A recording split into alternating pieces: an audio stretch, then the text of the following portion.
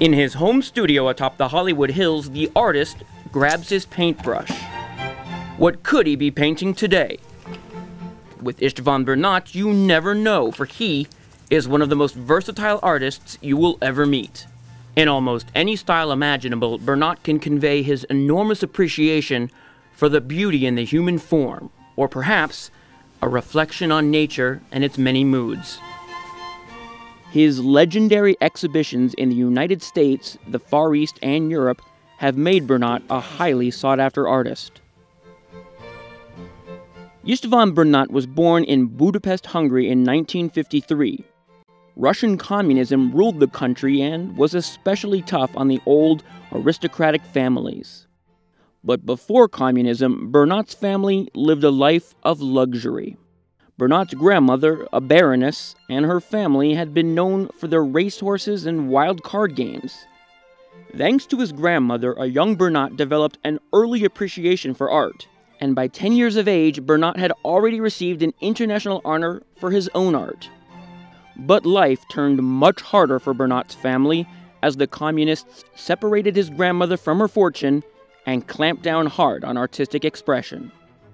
His father was forced to work on the subway as a pressure worker until he got injured, and Bernath was put to work in a ceramics factory during the day. But at night, it was back to his passion, painting. Bernath was already an accomplished figurative painter when he got married and left Hungary for the United States. In America, Bernath was introduced to an entirely new style of art. This started his exploration of the Art Deco style.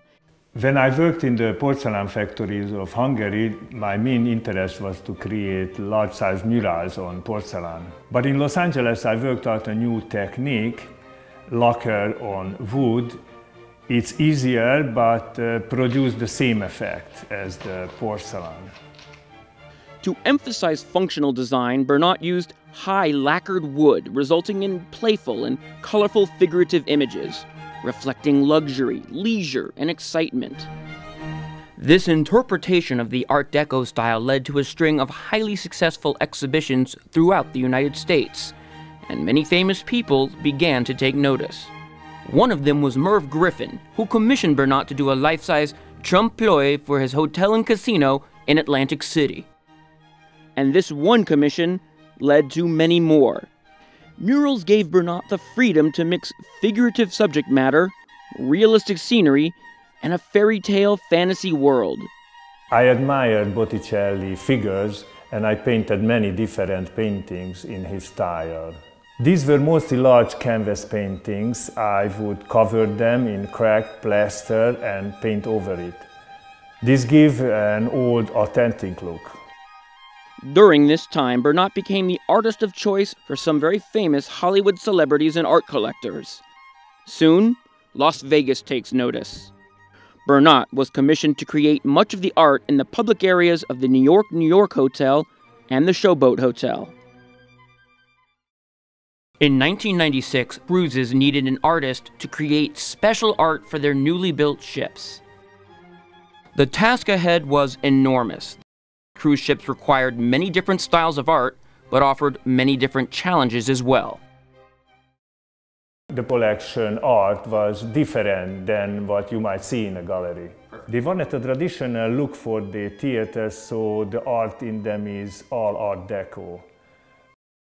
But in the launch of each ship, I created realistic images that shows the rich history of various continents. And in the restaurant, I created sceneries from the Italian countryside and some other Mediterranean areas. Bernath worked with the cruise line's designer and art consultants, and today is the cruise line's principal artist. More than 700 of Bernath's paintings grace 18 new luxury liners.